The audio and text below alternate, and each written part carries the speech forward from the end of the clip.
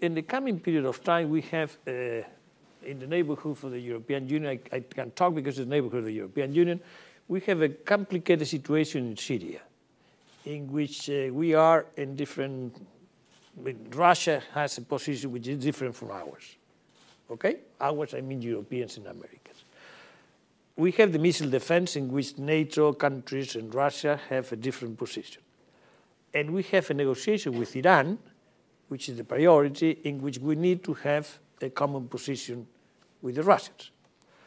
So we have a triangle there of Russia vis-a-vis Syria, Russia vis-a-vis missile defense, and Russia vis-a-vis Iran that we have to solve.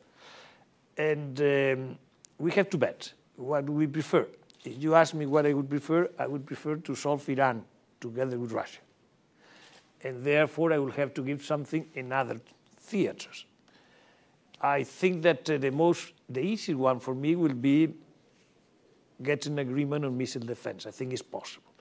I don't think that it will be compatible to have an agreement in Iran and not to have it in Syria at the end of the day, because Syria and Iran are pretty linked in a way also.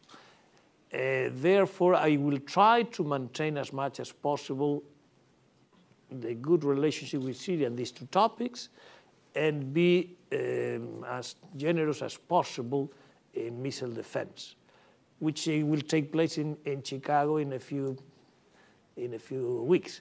Now, if you remember, there was a picture in the New York Times not long ago, and a microphone open. You remember?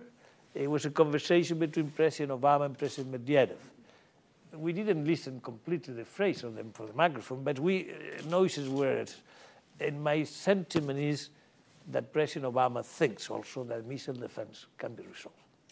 But I would just add a footnote to that.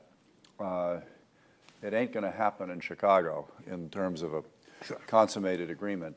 We have to work out our own democratic leadership process first. So we're talking about Chicago is a moment it will be meetings. That could lay the ground for something in 2013.